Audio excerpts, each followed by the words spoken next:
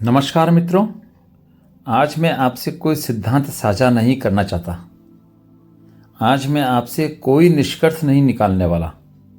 आज मैं बस आपको थोड़ी देर के लिए रुकने का न्योता देना चाहता हूं, क्योंकि जिन सवालों की हम बात करने जा रहे हैं वे शोर में नहीं खुलते। वे तभी खुलते हैं जब भीतर कुछ शांत हो जाता है। हम जिस दुनिया में रहते हैं वहाँ हर चीज़ का जवाब जल्दी चाहिए। ईश्वर है या नहीं, इसका भी तुरंत जवाब चाहिए, या तो हाँ या फिर नहीं। लेकिन कुछ सवाल हाँ नहीं में मर जाते हैं। आज हम उस जगह जाने की कोशिश करेंगे जहाँ सवाल जिंदा रहते हैं, और उस यात्रा में हमारे साथ चलेंगे एक ऐसे व्यक्ति जिसने पूरी जिंदगी डर के बिना सोचा। उस व्यक्ति का नाम है बर्ट्रैंड रसेल। बर्ट्रैंड रसेल का नाम सुनते ही कई लोगों के मन में एक छवि बन जाती है, नास्तिक, धर्म विरोधी, ईश्वर का इनकार करने वाला। लेकिन यह छवि अधूरी है। रसेल न तो ईश्वर से लड़ते थे न धर्म से, वे सिर्फ अंधे विश्वास से लड़ते थे। और यह लड़ाई किसी और से नहीं, सबसे पहले अपने ही भीतर से शुरू होती है। रसेल उस समय पैदा हुए जब ईश्वर पर सवाल पूछना सिर्फ बौद्धिक अपराध नहीं, सामाजिक अपराध भी माना जाता था। चर्च सिर्फ पूजा का स्थान नहीं था, वह सत्य का मालिक समझा जाता था। जो उससे अलग सोचता वह सिर्फ गलत नहीं, खतरनाक माना जाता था। लेकिन उसी समय मानव इतिहास में एक और आवाज़ उठ रही थी, विज्ञान की आवाज़। विज्ञान कह रहा था, मानने से पहले समझने की कोशिश करो। रसेल इसी आवाज़ के साथ खड़े थे। रसेल गणितज्ञ थे, तर्कशास्त्री थे। उनके लिए सोच भावना का विस्तार नहीं, अनुशासन थी। लेकिन इसका मतलब यह नहीं कि वे भावनाहीन थे, बल्कि वे यह समझते थे कि जब भावना बिना समझ के चलने लगती है तो वह डर बन जाती है, और डर मनुष्य का सबसे पुराना साथी है। रसेल खुद को नास्तिक नहीं कहते थे। यह बात अक्सर समझी नहीं जाती। वे कहते थे, नास्तिक वह है जो पूरी निश्चिंतता से कहता है कि ईश्वर नहीं है। मैं इतनी निश्चितता का दावा नहीं करता। वे खुद को अज्ञेयवादी कहते थे। अज्ञेयवादी का मतलब है मैं नहीं जानता, और शायद मैं नहीं जानता कह पाना सबसे बड़ा साहस है, क्योंकि मैं जानता हूं अक्सर अहंकार से आता है, लेकिन मैं नहीं जानता ईमानदारी से आता है। रसेल यह मानते थे कि ईश्वर का विचार किसी दिव्य प्रकाश से नहीं, बल्कि मानव भय से पैदा हुआ। जब मनुष्य ने पहली बार मृत्यु को देखा होगा तो उसने दर्शन नहीं गढ़ा होगा, उसने डर महसूस किया होगा। जब वह आकाश में बिजली की चमक देखता था, जब धरती कांपती थी, जब जंगल में कोई जानवर अचानक सामने आ जाता था, तो मन के भीतर एक ही भावना उठती थी, असुरक्षा।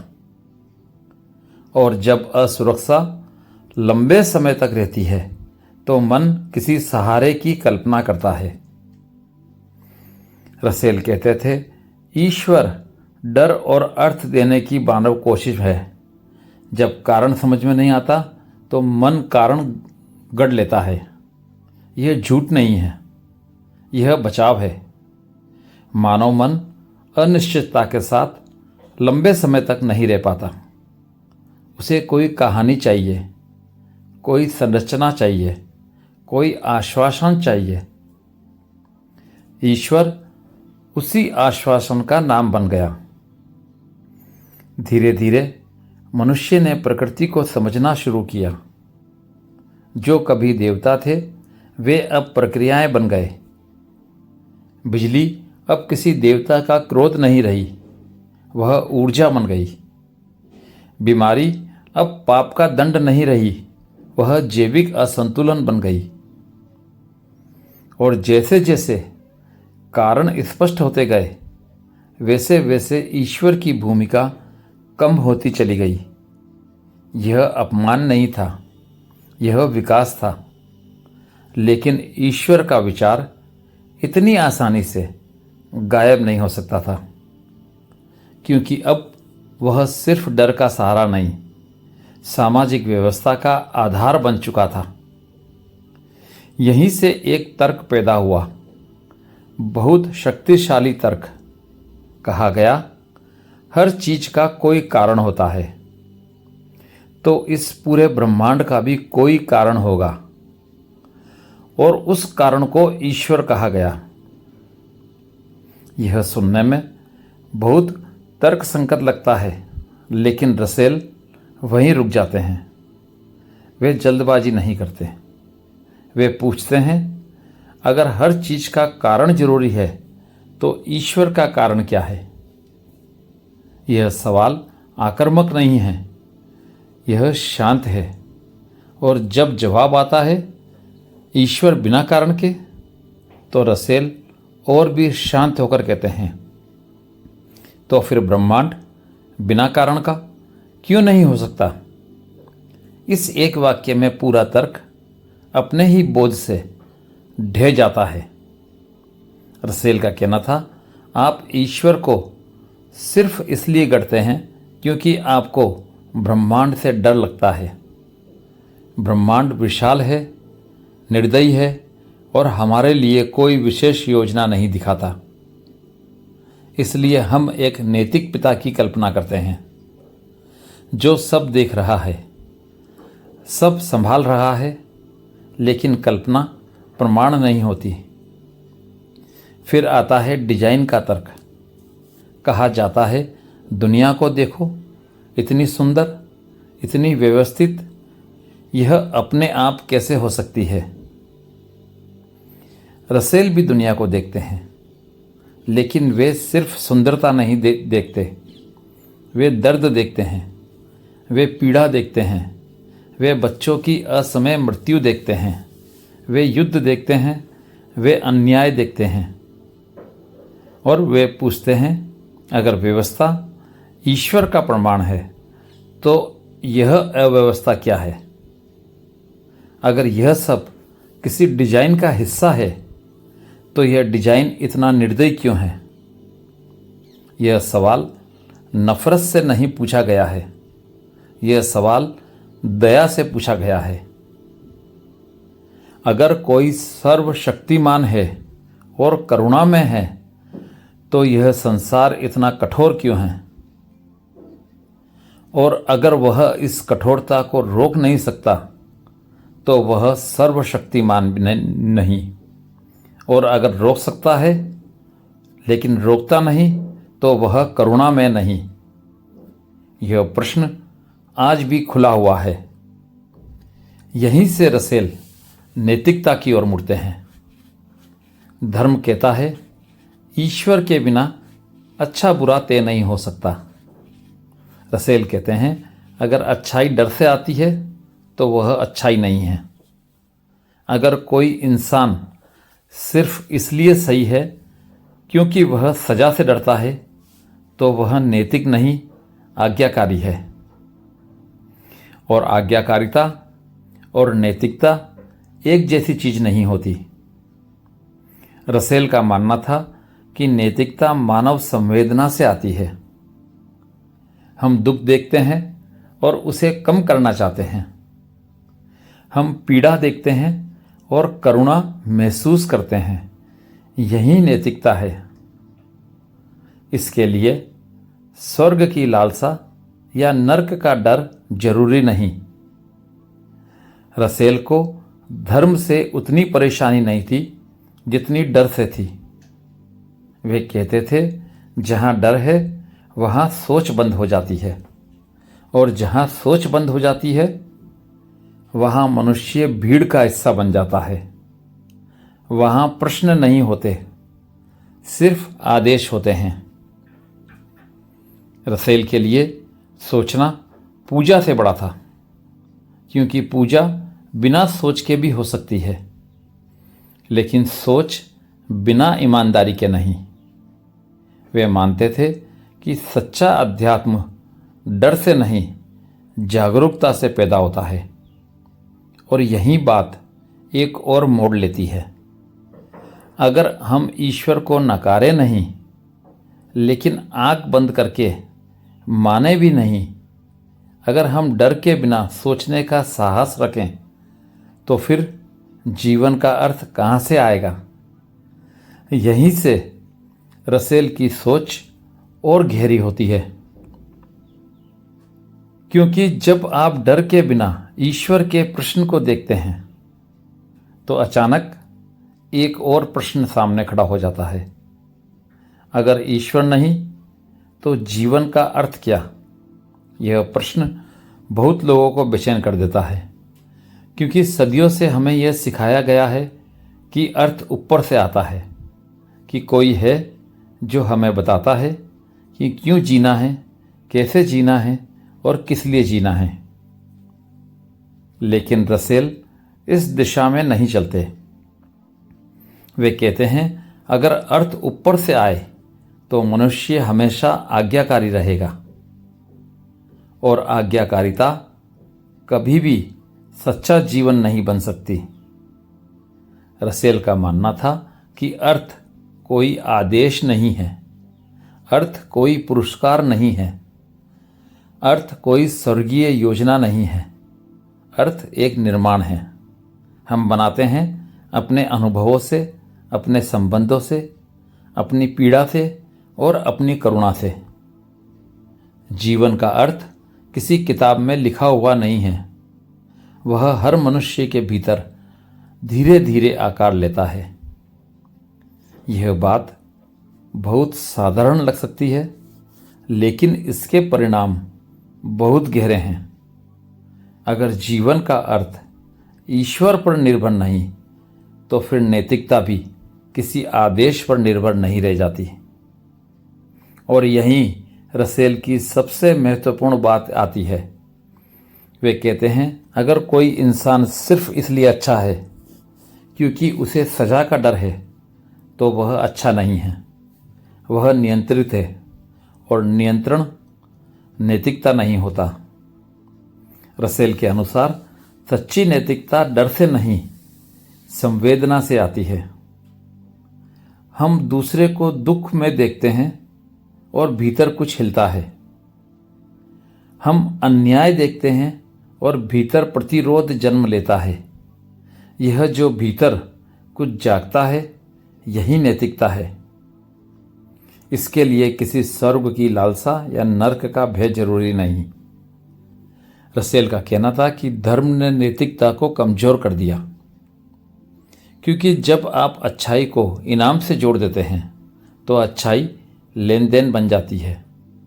मैं अच्छा रहूँगा तो मुझे स्वर्ग मिलेगा, मैं बुरा रहूँगा तो मुझे सजा मिलेगी। यह नैतिकता नहीं, यह सौदा है। रसेल एक ऐसी दुनिया की कल्पना करते थे जहाँ मनुष्य इसलिए अच्छा हो क्योंकि वह दूसरे का दुख महसूस कर सकता है, जहाँ करुणा कानून से नहीं हृदय से आए, जहाँ नैतिकता डर से नहीं समझ से पैदा हो। यहीं से धर्म और स्वतंत्र सोच का सवाल उठता है। रसेल कहते थे धर्म अक्सर सोचने से पहले मानने को कहता है, और यही उसकी सबसे बड़ी कमजोरी है, क्योंकि जहाँ मानना जरूरी हो जाता है वहाँ सवाल खतरा बन जाते हैं। रसेल का अनुभव था कि इतिहास में सबसे ज़्यादा हिंसा सिर्फ हथियारों से नहीं हुई, बल्कि निश्चित विश्वासों से हुई। जब कोई कहता है मैं सच जानता हूँ और दूसरे को सुनने की ज़रूरत नहीं समझता, तो वहीं से संघर्ष शुरू होता है। रसेल कहते थे, थोड़ा संदेह मनुष्य को विनम्र बनाता है और विनम्रता सभ्यता की नींव होती है। जो व्यक्ति यह मान लेता है कि वह गलत भी हो सकता है, वही व्यक्ति दूसरे को स्थान दे पाता है। यहीं पर रसेल की सोच बहुत आधुनिक हो जाती है। वे कहते थे, समस्या यह नहीं है कि लोग क्या मानते हैं, समस्या यह है कि वे उसे कितनी कट्टरता से मानते हैं। ईश्वर में विश्वास अपने आप में हिंसा नहीं है, लेकिन यह विश्वास जब सवालों को कुचल दे तो वह खतरनाक हो जाता है। रसेल के लिए विज्ञान सिर्फ प्रयोगशाला की चीज नहीं था। विज्ञान एक मानसिक रवैया था, एक ऐसा रवैया जो कहता है, अगर प्रमाण मिले तो मैं मान लूँगा, अगर नहीं मिले तो मैं इंतजार करूँगा। यह धैर्य धर्म में कम और विज्ञान में ज़्यादा मिलता है। लेकिन रसेल विज्ञान को भी ईश्वर की जगह नहीं बिठाते। वे विज्ञान को नया धर्म नहीं बनाते। वे कहते थे, विज्ञान भी गलत हो सकता है, लेकिन विज्ञान की खूबसूरती यह है कि वह अपनी गलती मान लेता है। रसेल का सपना था एक ऐसी मानवता जो न तो डर से चलाई जाए और न ही अंधे विश्वास से। वे चाहते थे कि मनुष्य अपने विवेक पर भरोसा करे।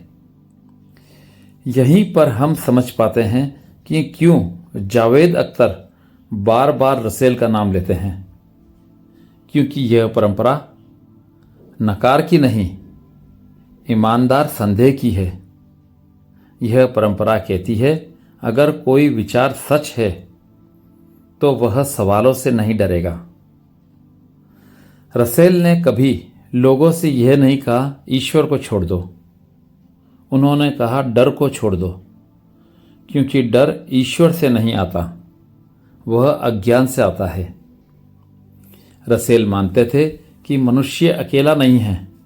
भले ही ब्रह्मांड हमारे लिए कोई विशेष योजना न रखता हो, लेकिन हम एक दूसरे के लिए बहुत कुछ हैं। हम एक दूसरे को सहारा दे सकते हैं, हम एक दूसरे के लिए अर्थ बन सकते हैं। यहीं से जीवन का अर्थ एक नई दिशा लेता है। अर्थ किसी ऊपर बैठे ईश्वर से नहीं, बल्कि नीचे खड़े मनुष्य से जन्म लेता है।